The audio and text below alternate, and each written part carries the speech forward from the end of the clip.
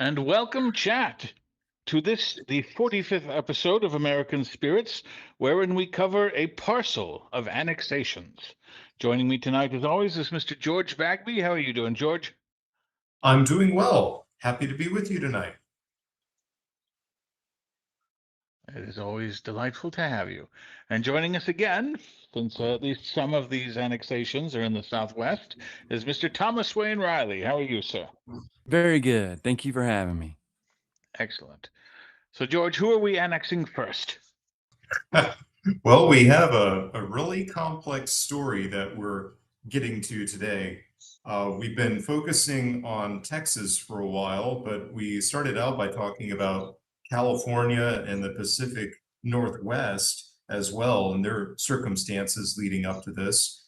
They aren't necessarily smaller players in this drama because there were far fewer people out there and the stakes were less high in that regard. Though, of course, with natural resources and such, it's just hard to compare with California. But today, we're reeling them back into the focus of the shot, as it were, because the destinies of the Oregon country, which is Oregon, Washington State, and parts of Idaho, California, and the Southwest broadly, from Texas all the way out to the Pacific, are all tied up in the following events. The administration of James Polk of Tennessee and his fateful, bold, decisive choices concerning the destinies of these great lands. So in our previous episode, just a brief aside. Yes. A brief aside about the natural resources of the Pacific Northwest.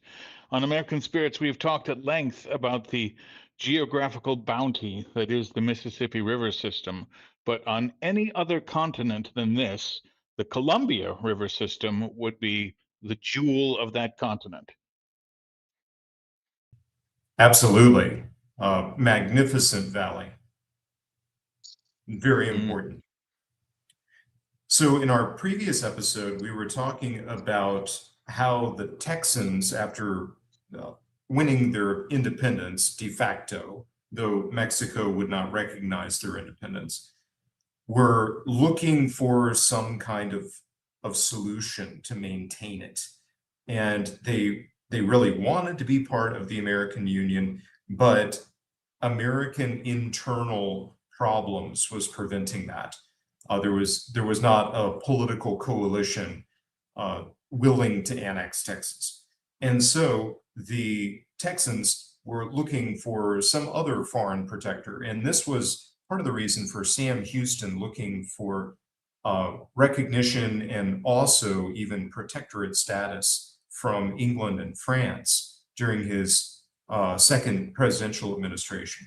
We also went over how the Brits were looking towards California as an opportunity. The Mexicans had taken out a lot of loans against banks in London and were not paying them back. And so there were a bunch of schemes to make California another British colony and fulfill the old colonial ambitions of Sir Francis Drake, the first Englishman in California, way back before the Virginia colony got started. He actually landed on the shore of California and claimed it for England way back then. So I didn't realize that. Yeah, he called it New Albion, but the Brits never went back to it. So they never made their claim substantial. But Sam Houston, his gambit for European protection and subordinating the Republic of Texas to some European great power, and also the Brits looking around for opportunities in California, perhaps to acquire California from Mexico. This got the American imagination moving very quickly. It actually causes quite an alarm in the United States. States, because this is amounts to a major threat from Europe. The Americans make various European parties.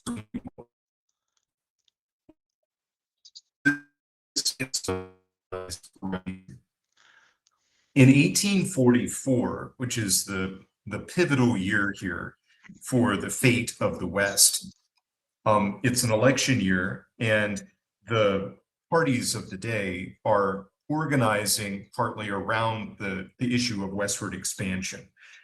The background information is important here. So after the administration of Andrew Jackson, we see the ascension of Martin Van Buren of New York, a Democrat, handpicked successor of Jackson. After Van Buren, who presides over the depression that we were talking about back in 1837, an international affair, something that's experienced around the world. It is blamed on Andrew Jackson's administration, his abolition of the Bank of the United States. And to this day, historians will identify that as a major issue in the 37 depression. In 1841, Van Buren loses his bid for re-election to William Henry Harrison, the first major Whig Party candidate to run for office and win. Harrison has a really lively campaign. He runs with John Tyler of Virginia as his running mate. The slogan is log cabin and hard cider. Tippecanoe and Tyler too. They cross the country having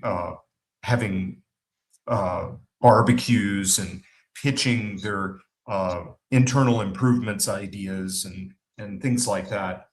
What's remarkable is Shout that out to any members of the Tippecanoe Society who might be listening. absolutely, we love you Hoosiers. You're some of my favorite Midwesterners. You're never confused about who you are. Those Ohioans, they don't know if they're Buckeyes or if they aren't Buckeyes, right?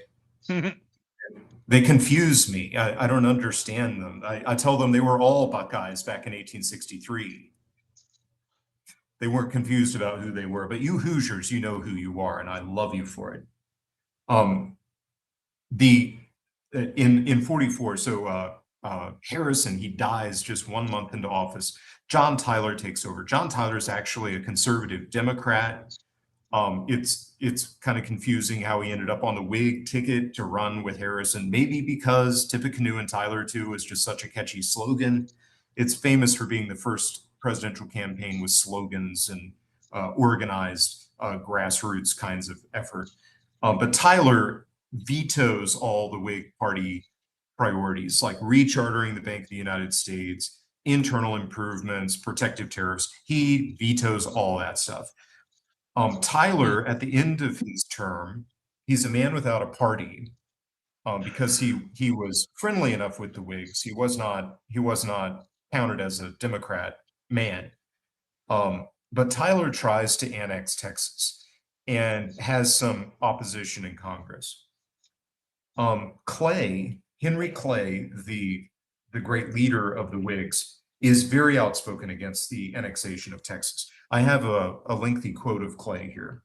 He says, in 44, annexation and war with Mexico are identical. Now, for one, I certainly am not willing to involve this country in a foreign war for the object of acquiring Texas. He says, it is useless to disguise that there are those who espouse, those who oppose the annexation of Texas upon the ground of the influence which it would exert over the balance of political power between the two great sections of the Union. I conceive that no motive for the acquisition of territory would be more unfortunate or pregnant with more fatal consequences than that of obtaining it for the purpose of strengthening one part against another part of the common confederacy, sowing the seeds of the disunion of the Union. So Clay, for all the unpopularity of this sentiment in the 1840s, where Americans are more and more convinced of their manifest destiny to conquer the continent out to the Pacific. Clay's misgivings are very well placed. It's a very long view. It's a very considered view. And I have a lot of appreciation for his view as a student of the history. Yes, Mr. Riley. And there was talk at the time of separating Texas into 4 or 5 states. And so 4 or 5 states would have entered the Confederacy that he was talking about. Indeed, and that would have greatly strengthened the South's position in Congress, obviously.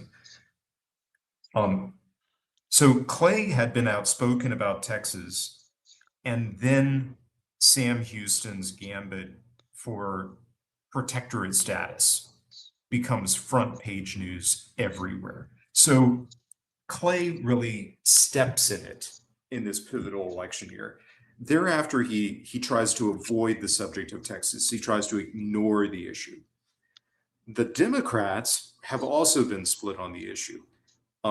Former President Van Buren opposes the annexation of Texas. He opposes the immediate annexation of Texas. It's kind of a qualified opposition against John Tyler and his plan to annex the state and Congress's opposition to that plan. Van Buren's the favorite to win the nomination this year. There are several other factions in the Democratic Party that year. Lewis Cass of Michigan, an important Democratic leader, Western expansionist.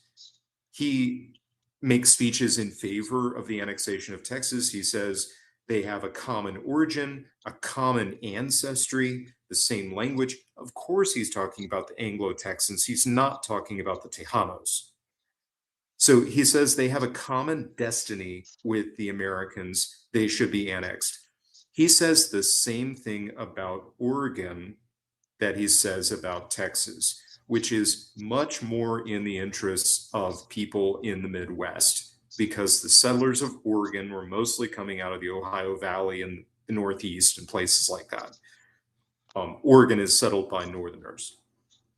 Lewis Cass also emphasizes the military advantages of having Texas and the trade advantages. Texas is a major cotton producer and so on.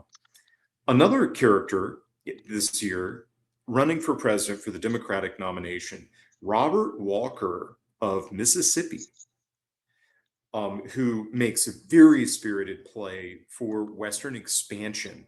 So these are men with vision. Van Buren wants to run his Northeast political machine. Like he's a New York politico, and he's older in style. These rising stars in the Democratic Party, Walker and Cass, are both talking about westward expansion, optimism, new frontiers, and so on.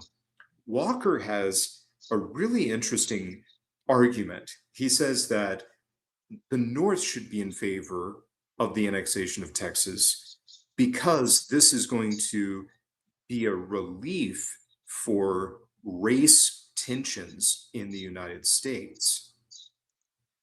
So Walker's point is curious, and maybe only a candidate from Mississippi would say this publicly, thinking he'd win over the North.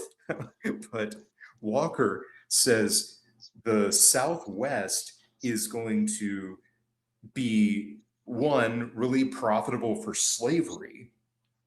We're going to send slaves to the Rio Grande and make a killing there, he says. And he also says, when we abolish slavery, all the freedmen are going to end up in Mexico eventually. And that's going to solve all the worries about racial problems in the South, which is a really interesting point. Now, in later generations, there is a lot of conspiracy, worry, paranoia, especially in the North, leading up to the Civil War, that there's this conspiracy in the South to acquire territory, to expand slave territory. And they're pointing to people like Robert Walker when they're talking about this. Is that the Knights of the Golden Circle? Yes. I have a Knights of the Golden Circle badge. Yes, sir.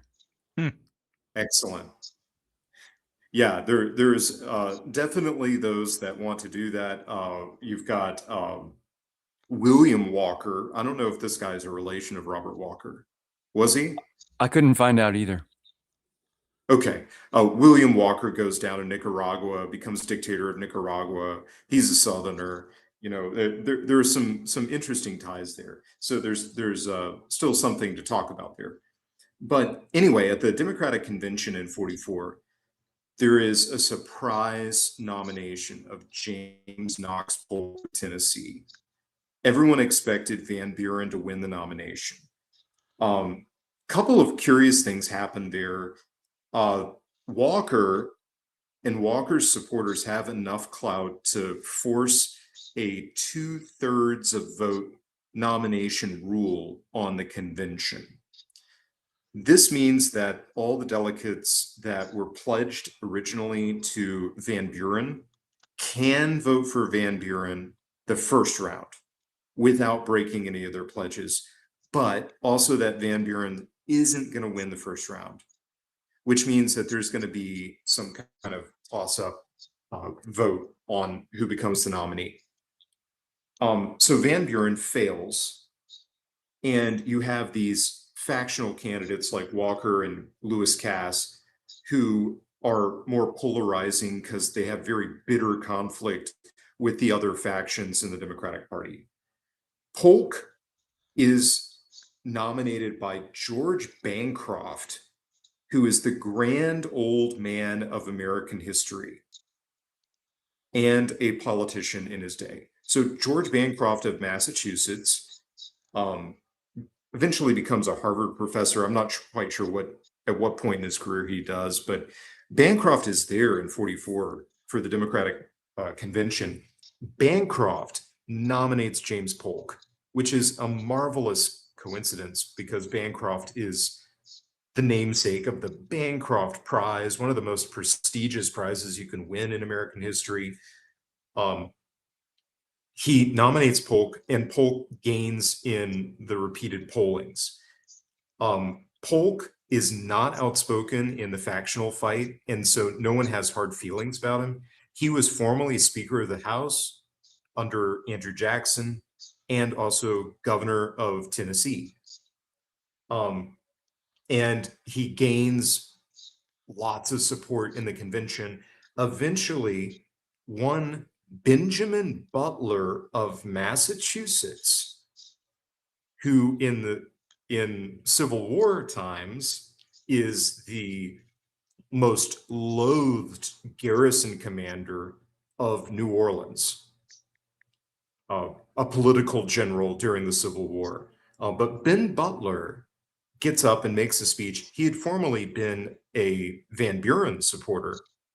He switches over his Van Buren faction to support Polk as a compromise candidate, and Polk wins. So just a couple of really interesting characters that were maneuvering behind the scenes there that I take special interest in. George Bancroft and Ben Butler, they're fascinating. Yes, Riley. And Polk was called Young Hickory because he was such a devotee of Andrew Jackson. Yes, indeed. Yeah, he was Andrew Jackson's protege, one of his main supporters in Congress, of course, Speaker of the House. During this race, Polk he emerges from the convention. He's the first real dark horse political candidate where no one really expected him to win the nomination. He wins it in convention with all the party devotees, conflicting over their interests in the different factions that had evolved around different declared candidates. And there isn't much awareness of who James Polk is. And this is the Whig effort to run against him. The Whig slogan is, "Who is James Polk?" And they run on that, his lack of awareness and popularity around the country. Clay is the popular Whig candidate. This is as close as Henry Clay ever got to the presidency. He avoids the Texas question and talks only about domestic politics in his own vision of the American system, the internal improvement system supported by protective tariffs. Polk barely wins, which is really surprising because Henry Clay is very well known and he's talking about bread and butter kinds of issues. James Polk runs on territorial expansion. Mm. He comes out swinging hard. He says, "I'm in favor of the immediate annexation of Texas." He says, "We should claim the Oregon country all the way up to Russian Alaska." His slogan is 5440 or fight. He has a very expansive claim on the territory in the West. And Polk, in one of the narrowest elections in American history, he wins it by the popular vote by just tens of thousands of votes. In the Electoral College, it's always a little more lopsided. He wins 170 electoral votes to 105. He loses his home state of Tennessee by only 100 votes. It is really close in Tennessee, but Polk actually loses his home state in that election, which he was very upset about. But now we get to the most eventful presidency of James Knox Polk, which we will be talking about for several episodes. Polk, the expansionist, he's got a vision for the West. He says that it's American interests. It is the Monroe Doctrine. We don't want any European powers asserting any prerogatives in North America. We want to contend with the British up in the Columbia Valley. We want to push our claims in that area to the max. We actually have most of the people in that area, which is true. Thousands of Americans had gone to the Willamette Valley in the previous decades out on the Oregon Trail. The Hudson's Bay Company is up there on the north side of the Columbia River, but there are few people there compared to the Americans in the Oregon country. Yes, Riley. So the Hudson's Bay Company actually turned that area of Oregon into what they termed a beaver desert because so many Americans were coming. This would have been in the 20s and 30s, but so many Americans were coming and settling and beaver trapping that they killed all of the beaver just to stop the Americans from coming. The Hudson's Bay Company is this really interesting and old Canadian corporation, and they just went out of business just a few years ago. They were like running department stores in Canada up until recently. I've technically been to Canada, but I don't have any impressions of the place. I understand you go to Tim Hortons and you're waited on by Sikhs or something. I think that's a Canadian phenomenon. I know nothing of it myself, but I understand I have they had the did have. pleasure of breathing Canada for the last 2 weeks. Wow, breathing it. Yes, the You're referring to something banks of soot that are blowing across Lake Michigan into my face have been, well, I would be more sanguine about it if there was more of a death toll, but as it is. Oh dear. Yeah, I heard something about that, but I'm not in the area, so I don't have any awareness of it. Well, James Polk tapped into a powerful popular force, and this is the growing popular spirit of manifest destiny that dominates this decade. This is a coin that was termed by a New York City journalist who basically said it's God's will for the American people for us to dominate the continent to the Pacific Ocean. And he's looking at this vast, empty area with tremendous amount of possibilities. And he's saying we need trade to Asia. We need this for its resources, for military purposes, because of the Monroe Doctrine. We don't want any European power contending with us for territory on this continent. And there are no other American powers with the resources to contend for it. Mexico is not administrating it. The Canadian Dominion has not established themselves out in the Oregon country. In 1842, there are conventions held in Cincinnati, Ohio, that are called the Oregon Conventions. And they make public declarations. These are popular movements with no official backing, but they are submitting declarations, manifestos about American annexation of the Oregon country. And Polk is tapping into that. This is a popular element in the North, as Texas is a popular element in the South. And it corresponds to the diasporas in both areas. Northerners are going out to the Pacific Northwest. Southerners are going to Texas. Both of them are filled with Americans with questionable legal status where they are, or in the case of Texas, they're vulnerable, though they've declared their independence. There are plenty of people in both sections of the country that would like to see those areas annexed, though for different reasons. Yes, Mr. Riley. In 1844, Caleb Cushing, who was U.S. Commissioner to China, signed a treaty that opened up 5 Chinese ports to the U.S. markets. So they needed a Pacific port in 1844 to make this happen. Absolutely. So in Polk's inaugural address, so this is January of 45, he says, "Our title to the country of the Oregon is clear and unquestionable, and already are our people preparing to perfect that title by occupying it with their wives and children."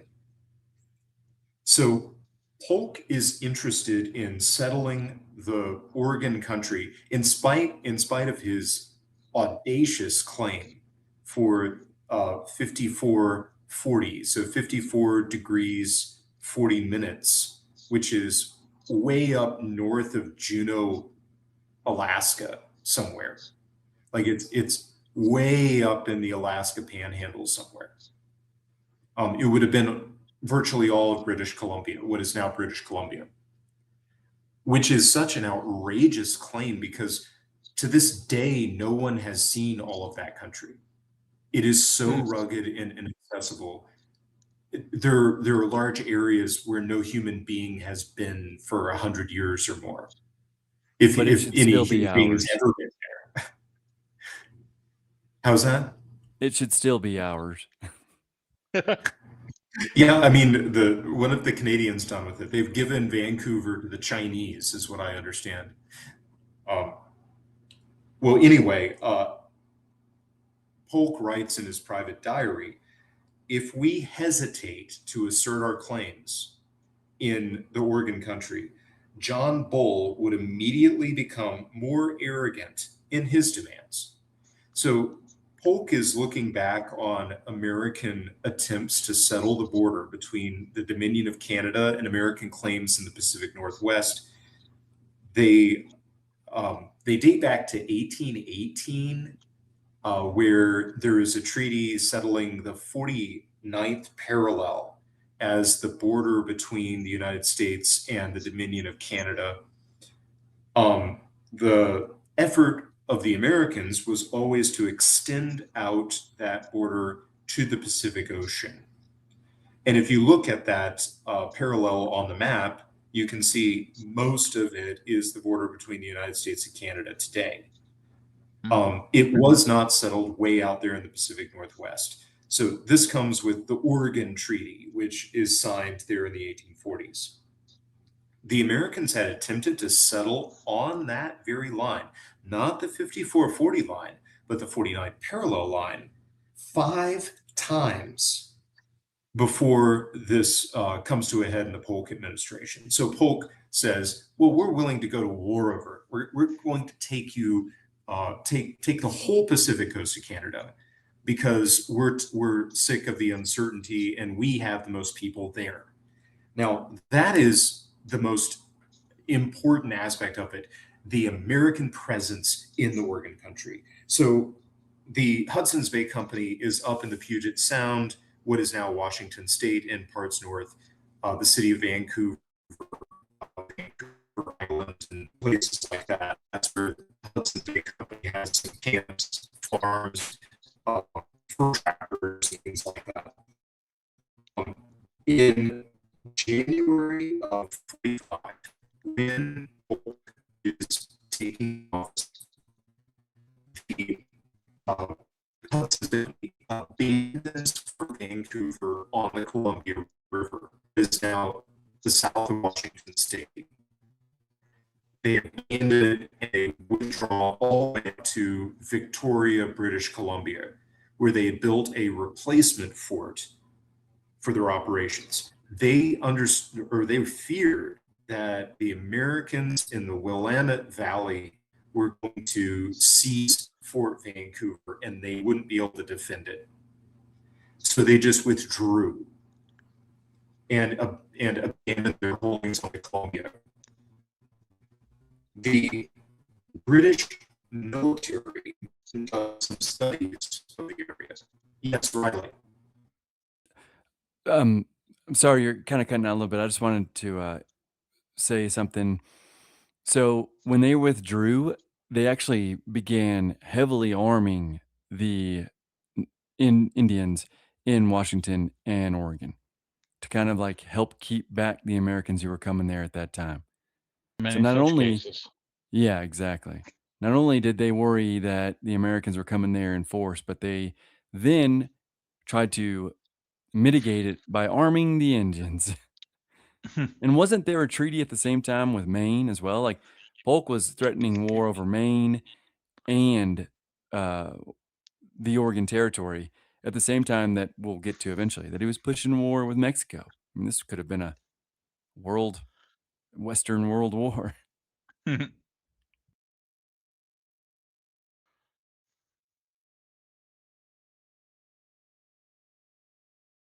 Yeah, it was a very aggressive time.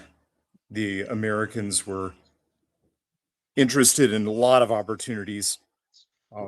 There was a lot of talk about that recently negotiated treaty with the border of Maine, the Webster-Ashburton Treaty. Long unsettled boundary, and because it was so remote, North Maine, South Quebec is still a very remote area to this day. There are very few roads out there, and the population is very rural, very disconnected, and so no one really knew where their people were and stuff. And that got negotiated by Secretary of State Daniel Webster during the Tyler administration, just before the Polk administration. But that's another matter. It did get settled before Polk comes in, but there were those that were talking about seizing chunks of Canada before it got settled. So the British military, as I was saying, they do studies about the state of things on the Pacific coast, and they decide that they have no chance. If the Americans want to assert their prerogatives in the area, the British can't get enough resources into the area. They're way too far away. They have no base of population out there. They have no base of supply out there. They wouldn't be able to resist any American claims. It would be far too expensive, and they just didn't have the human resources on the spot. So they withdraw and they seek negotiations. At the exact same time that is happening, the back in the home island, the Whigs and the Tories back in England are both being overwhelmed by anti-imperial sentiment. It was the Little England phenomenon, where there were an awful lot of people at home. They're saying, what are our colonies for anyway? What are we getting out of this? They're so expensive. Our quality of life is declining here at home. We should focus on our domestic issues. And so this becomes such a loud cry. And for anything else you might say of them, the Whig and Tory leadership are more amenable to what their people are talking about. And so they change their talking points. Both of them come to a more Little England sort of stance.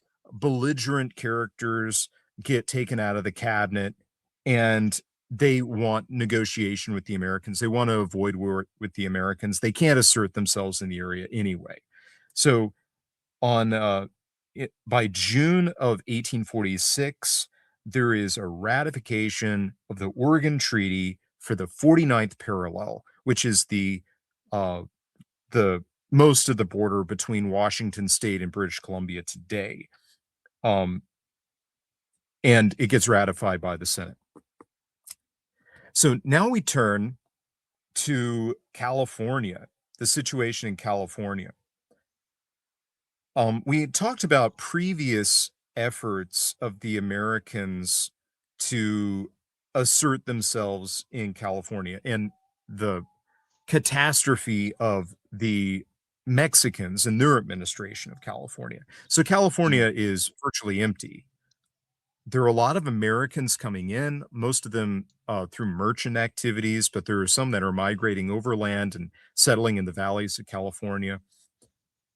Jackson sent one Anthony Butler to Mexico during his presidency. Butler said that Texas and California could both be settled for $500,000. Basically, a treaty or perhaps a well-placed bribe could probably secure California and Texas for the Americans. While Tyler is president, the dynamic Daniel Webster is Secretary of State. He is wheeling and dealing up in the Maine Treaty, settling the boundary with Quebec and stuff. He also sends excursions to Mexico.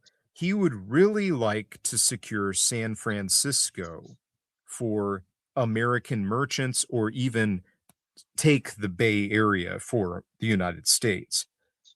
Now, while he is inquiring to this, he's actually bringing this up while he's in negotiations with the British to settle the Webster-Ashburton Treaty for Maine. He wants to bring Mexico into it. Now, that's weird. You know, you're trying to settle the boundary of Maine. What part does Mexico have to play there? Well, it's because he believes that he can settle a lot more than just Maine. He thinks that he might be able to settle the Texas question with British support, with a tripartite treaty, settling the boundaries of Texas, maybe admitting Texas into some sort of relationship with the Union, or admitting it as a state, maybe doing something with California and San Francisco too. But he thinks that he might be able to get farther with Mexico if the British were involved, because the British have bankrolled Mexico. In some sense, they own Mexico, or own most of what's valuable there.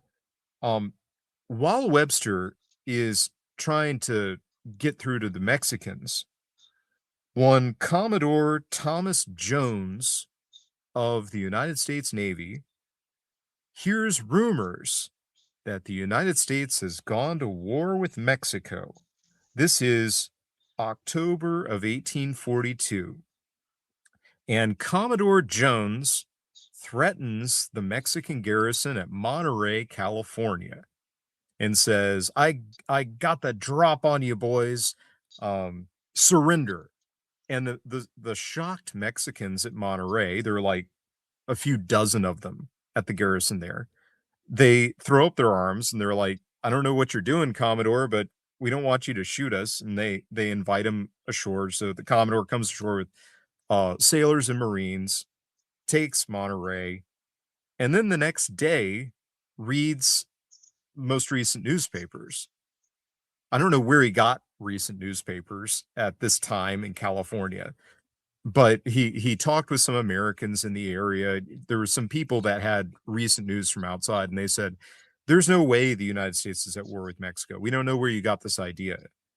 And this is still peculiar to me. Riley, do you have any idea why Commodore Jones thought U.S. was at war? He was in Peru. He was the commander of the United States. That's what the ship was called. He was in Peru, and there were whisperings of both French and English ships going to California to take it. And so he wanted to beat them to it because, it was the time of rumbling of Europe trying to take parts of America, as we've talked about. So he quickly went from Peru. I think he stopped in Mexico, tried to learn something, couldn't. And then he went to California, to Monterey, took it.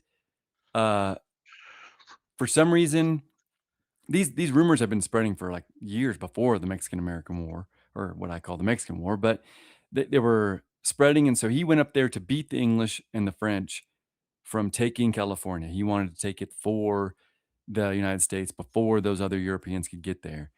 And so, yeah, he came ashore with 150 Marines and then learned, oops, his name was Thomas Ap Catesby, which I guess is like a Scottish name or maybe an Irish, I forget, but Commodore Thomas Ap Catesby Jones. And so he apologized, and the next day they had a fandango. And I'm sure you'll get to him, but the only reason why this wasn't an international incident is because of one man, Larkin, who saved the trouble of getting us into war sooner than we were ready. Indeed, and Larkin is a major figure here. We won't have time for him tonight, but he will resurface later. A prominent American living in Monterey, California. So this abortive mistake of Commodore Jones sabotages all of Webster's attempts with Mexico to assert America or assert United States interests in California. In 1845, so the same year that Polk takes the White House, there is a major revolt in California, which I believe we've mentioned previously, the Micheltorena Revolt.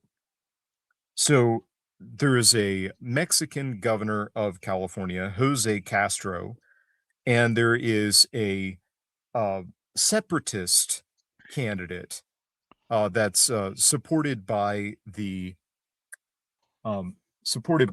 ranchos and stuff of California. His name is Pio Pico, and he's more dominant down in the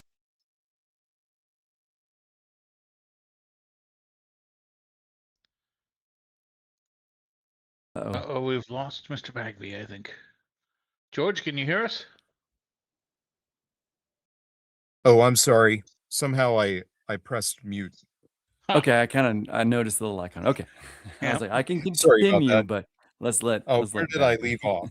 Pio Pico is dominant in the South. There are several factions. So there's, you might say, the legitimate Mexican governor, Jose Castro, recognized by Mexico City. Okay, so he's important because Mexico recognizes him as the governor of California. You got Pio Pico, who is the guy that's supported by the wealthy ranchos in Southern California. And you also have,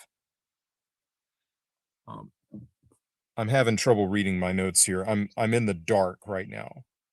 Mariano Vallejo. Okay. Thank you for that. You know better. You eat I'm more speaking chili Mexican. peppers than I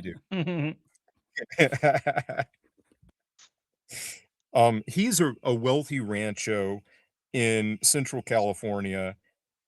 He is kind of pro-American, would like an independent California. Pio Pico is also talking about an independent California.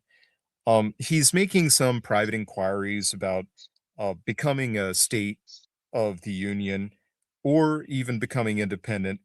Both he and Pio Pico are having discussions about seeking British or French protection for an independent California. So in 1845, California is a total mess. There is no effective administration of California. Jose Castro has control in a few areas. The finances are in disarray. The army is abandoning their posts because they haven't been paid. Yes, go ahead, Riley.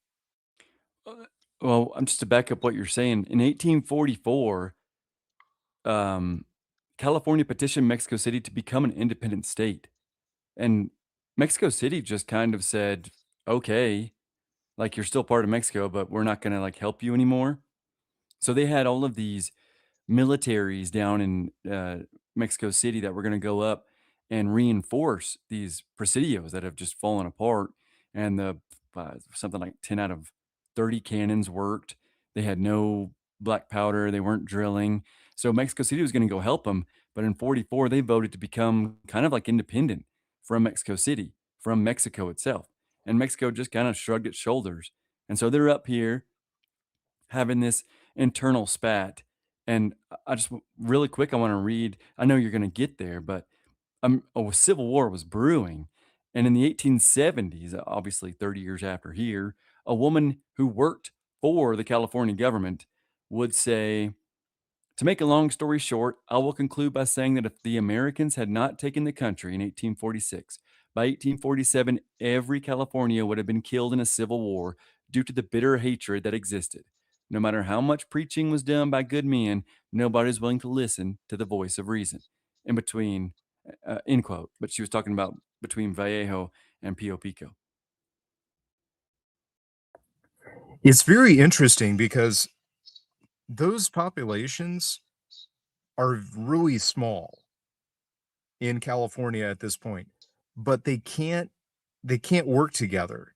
They are too factious, and that undermines their ability to survive. I mean, their future in California is doomed because of their inability to cooperate with one another. Now, in the midst of all this turmoil in California, Texas is finally annexed by the United States. So, December of 45, we get the formal annexation of Texas into the Union. So this is all going on in 45, while California is falling into disarray. The issue is finally forced in Texas, and Texas President Anson Jones presides over the transfer. So Sam Houston served his second term. President Jones, the last president of Texas, lowers the flag of Texas in Austin and raises the American flag. And while the Texas legislature is arguing about assenting to the American offer as admission of a state to the Union, Polk is playing some cards in California. He knows things are going to come to a head pretty quickly with Mexico because Texas is still claimed as a rebellious state by the Mexicans. There is no agreement about the boundaries of the state of Texas, and everyone expects there to be war. This is the major point of the naysayers for Texas annexation. It's going to be a really expensive war. It's going to be continental. We don't want to risk all of that and so on. Wars are very expensive. They're very wasteful and so on. We don't want to die for this sandy bit of territory between us and Mexico. So Polk tries something very interesting. He sends John Slidell to Mexico. Slidell is a New Orleans merchant. He is from New York originally. He has a long and interesting career. He eventually becomes a famous Confederate ambassador during the Civil War, goes and serves in Europe. Slidell is sent to Mexico in September of 45. So the annexation of Texas is all but accomplished. Like the deal is finally formalized only in December. So in that fall, Slidell goes to Mexico with authority to treat for the boundaries of Texas and possibly acquire California for $40 million. This is huge money back then. Slidell, he's kind of picking up where the American ambassador had left off. The American ambassador was warning the government that President Herrera of Mexico was very unpopular, that he would lose a ton of credibility for dealing with the Americans concerning Texas. He might get a revolution, get overthrown, but Polk still thought this was all worth it. So when Slidell went to Mexico, Herrera refused to receive him. He rejected the president's diplomat who had the authority to bail out Mexico, basically, and avoid war. This is the last major American effort to settle matters in the Southwest without war with Mexico. So Herrera is responding to the popular sentiment in Mexico, which is recalcitrance about Texas. They refuse to accept the independence of Texas. They refuse to accept any boundaries claimed by Texas, and are dead set on confrontation with the Americans to assert the honor of Mexico in these boundary issues. Herrera is also aware, at least according to Ray Allen Billington, historian of the region, Herrera fears violent revolution if he negotiates and receives Slidell. According to Slidell's predecessor in Mexico, Herrera would have simply taken the money and left Mexico with it. That he was that discreditable a person and his grip on power was that tenuous, that he would have just absconded with the money if the Americans had sent it. And that wouldn't have settled anything either. The Mexican government was too unstable for making a deal. And even Herrera himself, President Herrera, he's not negotiating anything. He looks at his situation, he says it's too risky to even have conversation about it, because he has a very slim grasp on his own power at this stage. Yes, Mr. Riley. So Herrera was right. I mentioned he was going to give money and weapons to a commander to go take back California. The man he sent the money and weapons to was Paredes, who used that money and weapons to overthrow Herrera instead of going to California.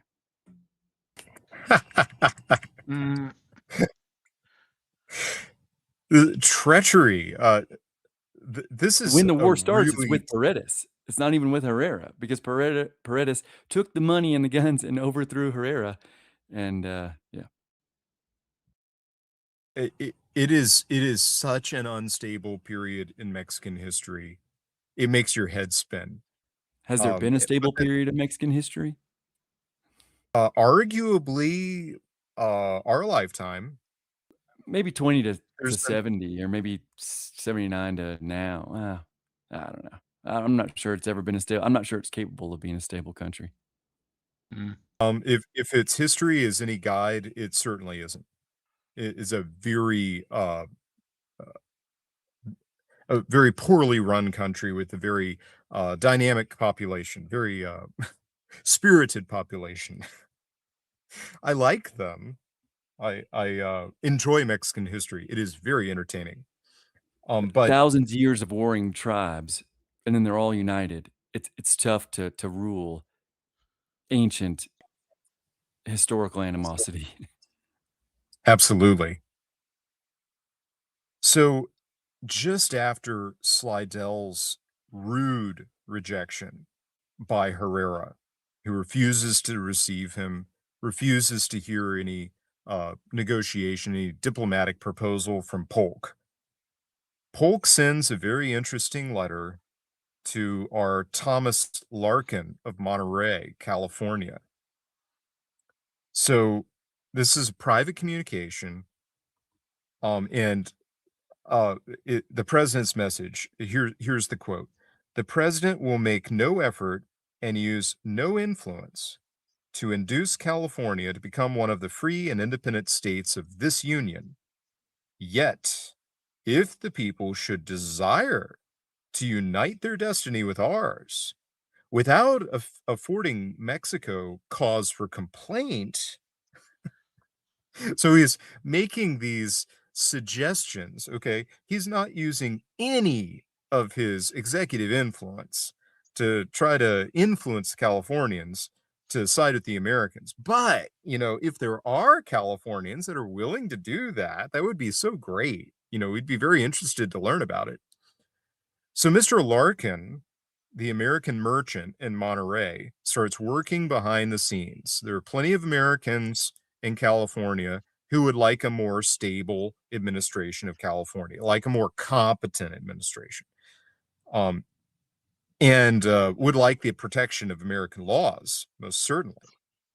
So they start networking behind the scenes, and this is an important period leading up to the famous revolt, which secures California for the Union, which coincidentally takes place in the same exact months where violence breaks out in the Rio Grande Valley.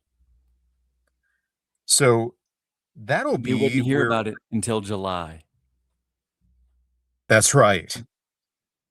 There's such a delay on the communication of information, especially in California.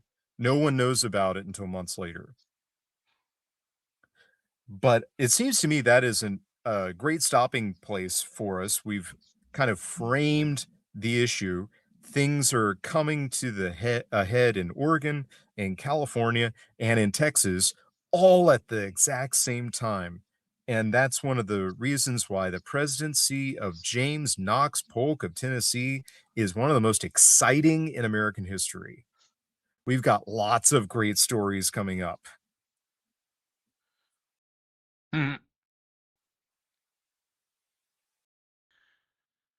Excellent. Well, do we have any closing thoughts before we get to the super chats? Hearing nothing. Certainly. Yep. Yeah, I'm actually working on James Polk right now. It's probably going to be some time before I get that book done, but I do have a political biography of James Knox Polk that's going to come into production at some point. I'll let everybody know when it does. Oh, that's a fun book. I was working with that one today too. Who wrote that one, Riley? Sam Haynes, James K. Polk, and the Expansionist Impulse. That's a Amazing. very tidy little book in a very worthwhile series. I collect books out of that series, and they're all very good, very succinct. All right. Well, lest we give our super chatters short shrift, Bolero 393 for $10 poses this counterfactual. If Polk had lived through the 1860s, would he have been a Jackson-style Unionist like Sam Houston, or would he have gone with secession like his predecessor, John Tyler? Mr. Bagby, any conjectures about that? It still seems remarkable to me that Sam Houston sided with the Union when he did. according to some sources, he was utterly appalled by Lincoln's call for volunteers to invade the Deep South, as the Upper South was. You remember Virginia was Unionist until Lincoln called for volunteers, and then Virginia seceded. Yeah. So Houston seemed to have a change of heart at that moment, as most Unionist Southerners did. And I would have imagined Polk would have gone with Tennessee. He would have been as appalled with the Republican sweep in 1860 as any stalwart Democrat of his time would be appalled. And most of those Democrats in the Deep South went for secession rather than deal with the Republican administration of Lincoln, and seceded even before he took office. So put your suggestions of copperheadery aside when it comes to James K. Polk. All right, Patrick's 5585 for $19.99 says, "Thank you, gentlemen, and a special thanks to Mr. Wayne Riley. Just finished the Pike series and in the middle of the Mexican War series. Great stuff." Well, thank you very much, sir. I really appreciate that. And then Bolero 393 for a second $10 says, "Thanks to our illustrious panel for the stream. Can't wait to hear more about James Polk, America's greatest and most unacknowledged president." Indeed, Mr. Bolero 393, we have much yet to say on the presidency of James Polk. All right, Mr. Wayne Riley, do you have anything to shill before we get out of here? Well, yeah, as just mentioned, I am dropping a series over the Mexican War right now. For subscribers, I just dropped episode 7, The Army of the West. Kearney goes from Fort Leavenworth over to San Diego to salvage what we will talk about in this series later. Well, just make sure you save something for us. I will. All right, Mr. Bagby, you've mentioned your Polk book. Anything else to shill right now? You can find my books on my website. That's www.tallmenbooks.com. And if you want to order multiple copies, go to the website and look for my email address. I'll give you a special deal. Just email me. Email Mr. Bagby. You'll never regret it. All right. Well, thank you very much, gentlemen. Thank you very much, chat. This has been episode 45 of American Spirits, and we look forward to seeing you next week when we get into the Mexican War.